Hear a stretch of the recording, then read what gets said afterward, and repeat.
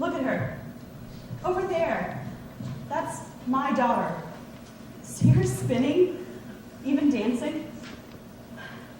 Who would guess she was suffering so much just a few short days ago? Who am I? I'm just a woman from Canaan. That's right, a Canaanite woman. That's 2 strikes against me right there. I am a woman, and I am an outsider. Most people don't even bother with me. But he did, Jesus. You see, my daughter was suffering so much for so long. And like any mother, I would do anything for her. She is everything to me, everything. I had heard that this Jesus is a healer, but the thought of approaching a Jewish man was downright terrifying. It just isn't done. I am nothing to them. But when I looked at her tormented little face, I didn't know what else to do. So out of desperation, I pushed away my fears and I walked right up to this Jesus and I asked him to heal her. I almost got discouraged when his followers urged him to send me away. But I threw myself down at his feet and I once again cried out for him to help me. And do you know what? He looked at me. He listened to me. And he healed my daughter.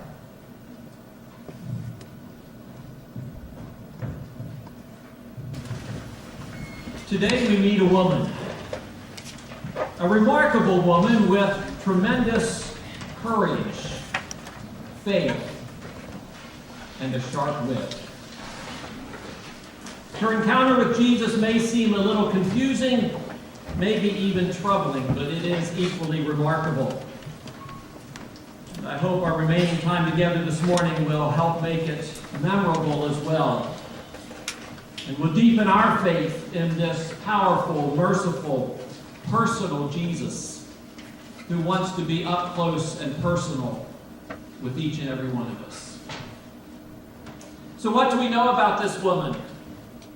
We know nothing prior to this account and nothing after. Within the account, we learn that she was a descendant of the Canaanites, those godless inhabitants of the region prior to the conquest by Joshua and longtime enemies of Israel afterwards. We also learn that she had a daughter. What is the context of her encounter? Because that's important too. We read in both Matthew and in Mark's account of this same encounter that Jesus has withdrawn beyond the northern borders of Israel to the region of Tyre and Sidon, presumably to rest from the press of the crowds and perhaps to spend some time teaching only the 12. Maybe they were looking forward to this time alone with him, minus the crowds as well. What is the context of her story in Matthew's gospel? That's also important. Hey. Matthew, one of the disciples who witnessed Lost my sound. In writing about it later, was connecting dots. And his understanding of the significance of this event as an eyewitness is expressed in his gospel as he connects those dots for us and places it in a context. Earlier in this chapter in Matthew's Gospel, Jesus had been discussing with the Pharisees and teachers of the law, and then with the crowds, the true source and nature of defilement. What is it that makes us unclean? And of course, on the list of the Jewish traditions, you become unclean by contact with others who are unclean. Their specific concern was the fact that the disciples weren't doing the ceremonial cleansing, which they were supposed to do before they put food in their mouth. You say, well, that's pretty important. We teach our kids to wash your hands. Well, this was even more than that. The ceremonial cleansing had to do with holding your hand a certain way and dripping water on your fingertips so that it dropped off of your elbow, and then your hand was clean. Do we have any nurses here this morning? Any doctors? Any moms? See the things they quibbled about and what makes you clean and unclean, the things they prided themselves in and the things that they used to judge others. In that context, Jesus said, it's not what goes into a person that makes them unclean. It's what comes out. They thought, what? That makes no sense at all. He says it's true. What comes in doesn't really defile us. Oh, it may defile our body, but that's nothing compared to the defilement that comes from what's in our heart. And it comes out in our attitude. It comes out in the things that we say to others. That's real defilement.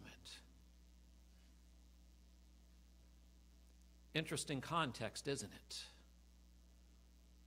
There's even more context, but I'm going to save that for a few minutes, because it's really cool. So, what happened in this particular encounter? We've already read it once. Let's walk our way through it and take notice of some things. It says, then Jesus left Galilee, went north to the region of Tyre and Sidon, and a Gentile woman came to him pleading, have mercy on me, O Lord, Son of David, for my daughter is possessed by a demon that torments her severely. Matthew's actual word is not Gentile, it is Canaanite. His choice of that word's a bit strange because by the time of Jesus, people were no longer called Canaanites. This name Canaan was no longer on any map. Matthew obviously chooses Canaanite on purpose.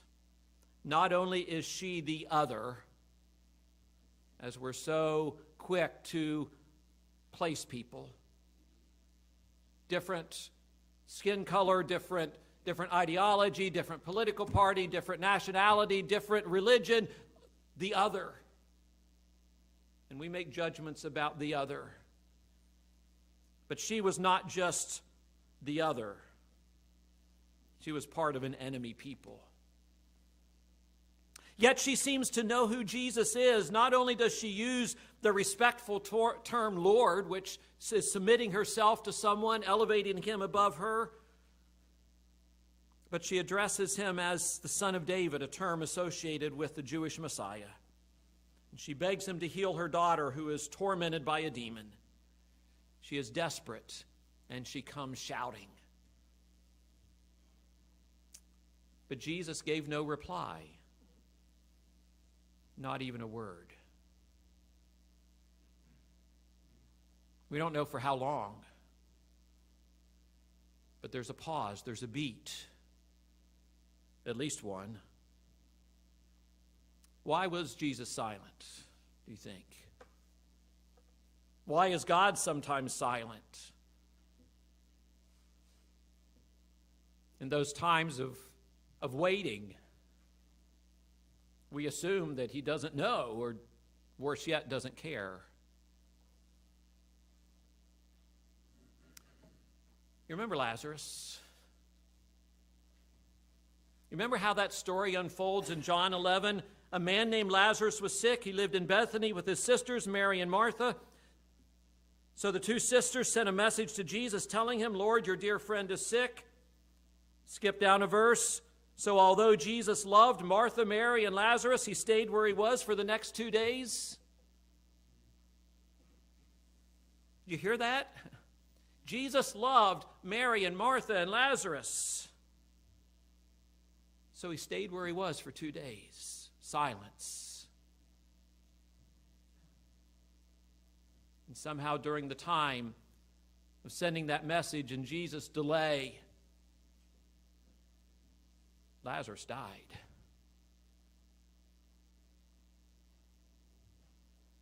Talk about a God who sometimes is silent, sometimes does not act when we think he should act.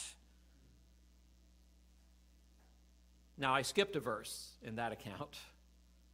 It still doesn't answer all the questions, but verse 4 says, but when Jesus heard about it, he said, Lazarus' sickness will not end in death. He didn't say it won't pass through death. It won't end in death. No, this happened for the glory of God, so that the Son of God will receive glory from this. God had a purpose. God had a plan. Jesus wasn't unfolding all of it. But there was purpose in his silence, purpose in his delay. Is it equally plausible in this case that the woman in our story, as she cried out, and at least for a moment Jesus was silent, that Jesus' initial silence may have served also a greater purpose? Could it have been a test of her resolve? Yes. Could it have been a dramatic pause for the ultimate goal of greater glory for God? Yes. Could it have been a crucial part of a crucial lesson for his disciples and for us? Yes. And maybe all of the above. Is it also possible, as Max Lucado offers, that this was something else? He says, I have another opinion. I think that he was admiring her. I'm going to stop right there for a moment. If that somehow doesn't fit your picture of Jesus, then maybe you have an incomplete picture of Jesus.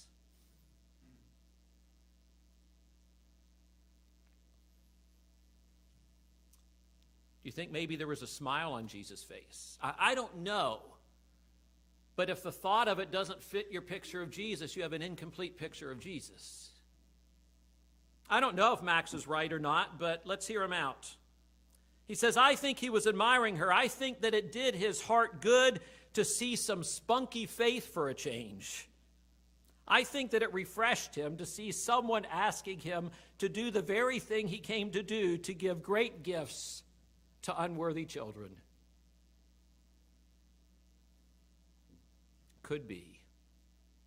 But whatever his purpose, his pause gave his disciples an opening to give their perspective and offer a little bit of advice. Tell her to go away. She's bothering us with all her begging. So maybe it is all of the above. You see how this is unfolding. You see how that silence maybe gave them opportunity to say what they were thinking, to get it all out in the open. The disciples want nothing to do with her. Send her away, they tell Jesus. You know, that's what they tried to do not long ago when faced with more than 5,000 hungry people. Send the crowds away, they had said. You know, we talked about Matthew's context. We're in Matthew 15. That story was in Matthew 14. Just saying. Well, this Canaanite woman isn't going anywhere. She may not be Jewish, but she calls out to Jesus in language of the Jewish prayer, "Have mercy on me, Lord, Son of David." But Jesus did not yet answer her desperate plea. Or maybe it was just not yet time. He let the disciples' words, "Send her away," hang in the air for a beat. Maybe longer. Then he says to the woman, "I was sent only to help God's lost sheep, the people of Israel."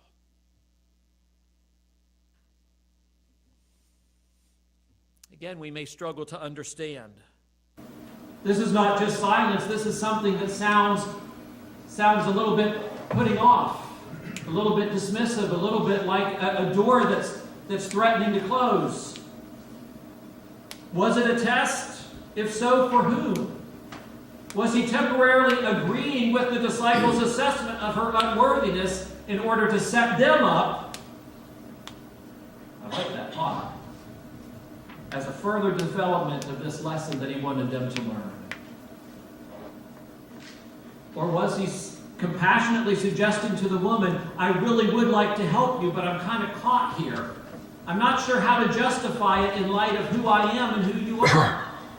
That may not satisfy us either entirely. Perhaps it's both. But interestingly, the woman offers no argument. She simply comes, falls down, worships him, and pleads again, "Lord, help me."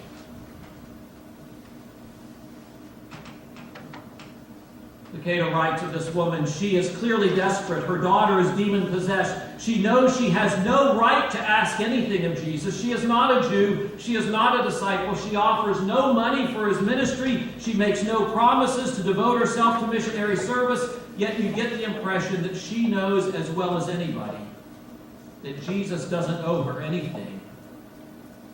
And yet she asks him for everything.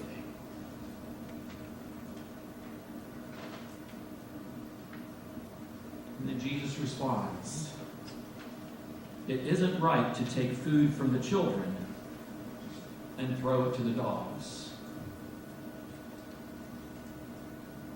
And now we're really troubled.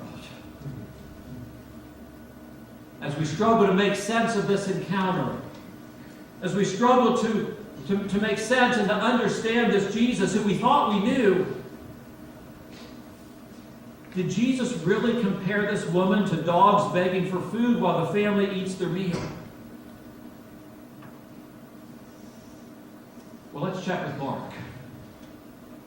And Mark does soften it a little bit. Mark has Jesus replying, first let the children eat all they want.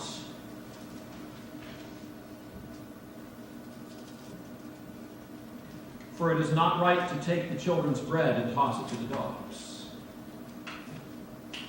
Okay, a little better, a little softer, like maybe that much out of a reply that's like this big of inappropriate and cutting and disrespectful, it would seem.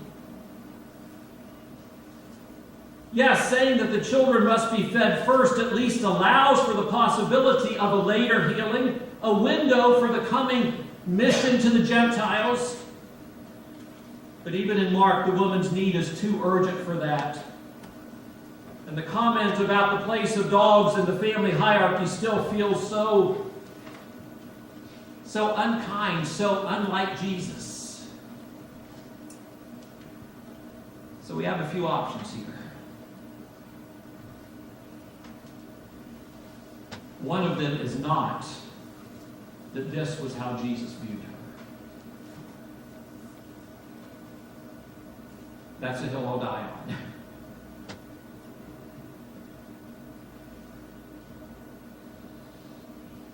There's too much other evidence about Jesus' heart for all people to believe that Jesus viewed her as a dog around the family table. He did know that that's the way the Jewish community viewed her. He did know that that seemed to be the way the disciples were viewing her. So here are our options.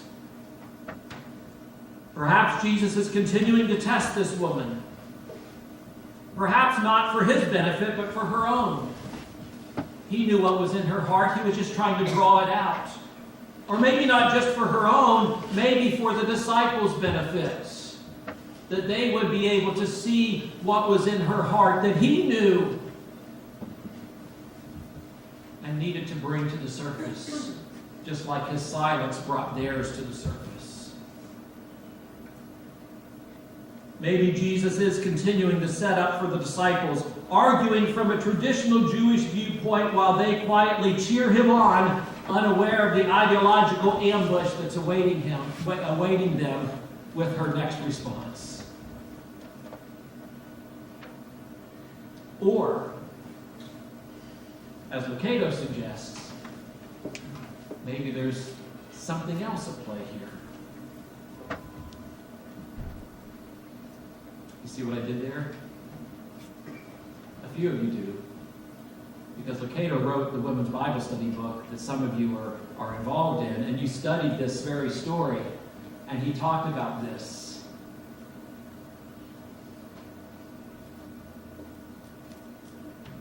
Perhaps, as Lucado suggests, Jesus had a look of love and compassion, perhaps even delight on his face. A twinkle in his eye betraying his every intention to meet this woman's cry for help, and with his tongue firmly planted in his cheek, and with full confidence in her courage, her faith, and her wit to be able to withstand this and to overcome this statement, he turns the tension of the moment into a teasing banter and sets her up, not for an ambush like the disciples are about to experience, but like that skilled volleyball player who puts the ball just right for the player to come up from the back and to spike it home. Good. The closest I get to an amen.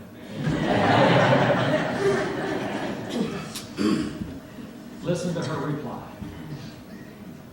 Whether Lucato's right or not, whether he was teasing and she caught the joke at this point, or whether he was testing and she rose to the occasion and matched him with this reply, "That's true, Lord. That's true. But even dogs are allowed to eat the scraps that fall beneath their master's table."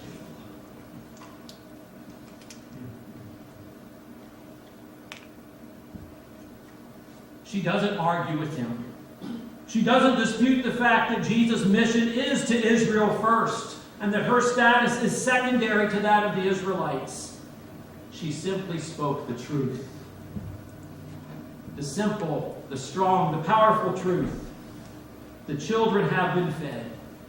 In fact, just recently, 5,000 of them. And that's just the men. Women and children, in addition, had been fed. And there were 12 basketfuls of crumbs left over.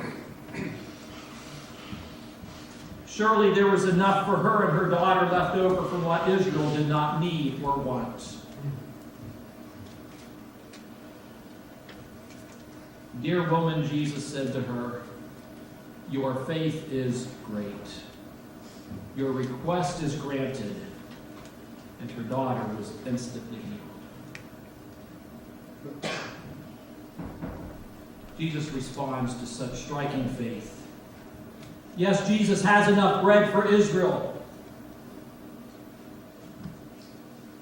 But the story of the 5,000 isn't all that there is. At the end of the chapter, see, we're in 15. The story of the 5,000 was in 14. At the end of chapter 15, there's another feeding. It's lesser known, but it's the feeding of the 4,000. It happens a different place, a place in proximity to the non-Jewish world. This time, similar situation. 4,000 are fed. I forget exactly how many loaves and fishes in this story. Pardon me, I didn't look that up. But what I do know is that there were 7 basketfuls left over. What does that mean? What's significant? 12 basketfuls the other time, this time 7?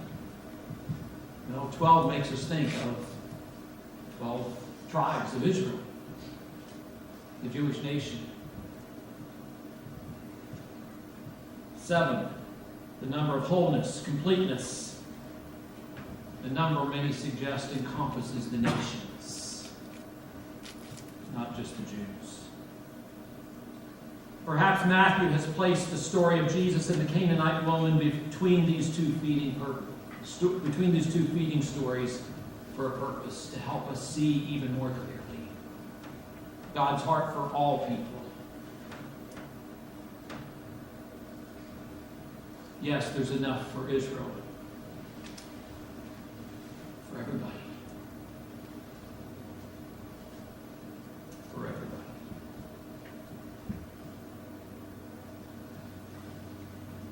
It's interesting. Jesus in Matthew's gospel often chastises others and his disciples for having little faith. But here is the only occurrence of the phrase great faith from Jesus in the Gospels.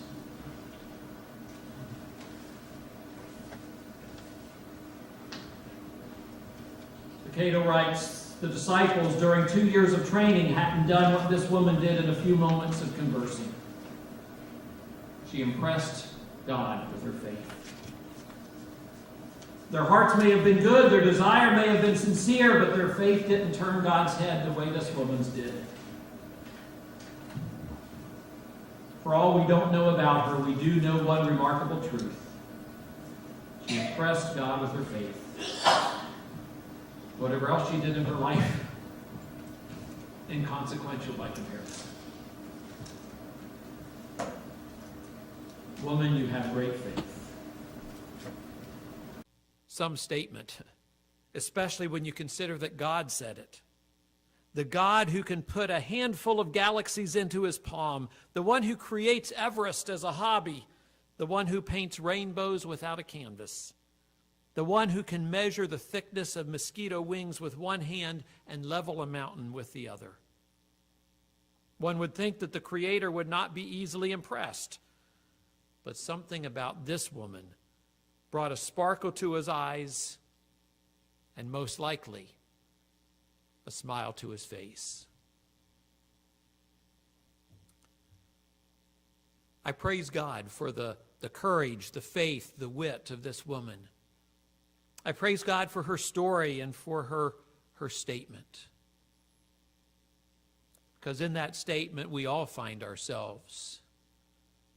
Like her, we too were outcast, outsiders.